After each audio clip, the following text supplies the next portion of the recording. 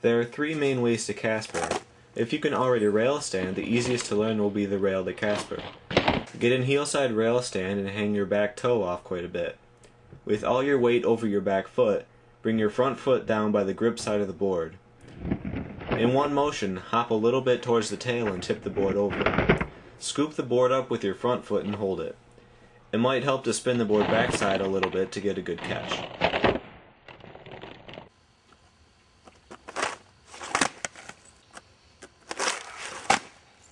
A second way to Casper is with a half kickflip. Set your feet up in a comfortable kickflip position and pop the board pretty light. Now your front foot is going to have to do a few things at once. It needs to push the board forward so you'll land over the tail, and it has to cradle the board. The flick is a semicircle that flips the board, then goes down and under it to catch the Casper.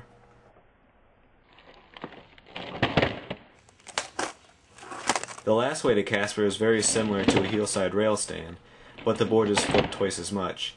Set up in a very exaggerated heel side rail stand foot position, with your back toe hanging far off the board, and your front toe on the heel side, ready to pop down. Start to pop the heel side of the board downwards, but at the same time push it forward so you will land balanced over the tail. By the time the board is at 90 degrees, your back foot should be in contact with the tail, starting to push it down. Just like in the rail to Casper, your front foot should scoop under the board and pull it up.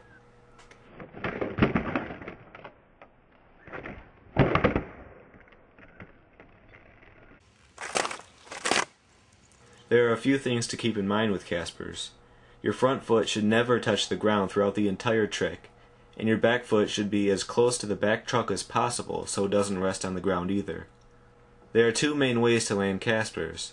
To land them straight, start shifting your weight over the middle of the board, then hop and pull your front foot up to get the board right side up again. Most people like to do a shove it out, which is just as easy.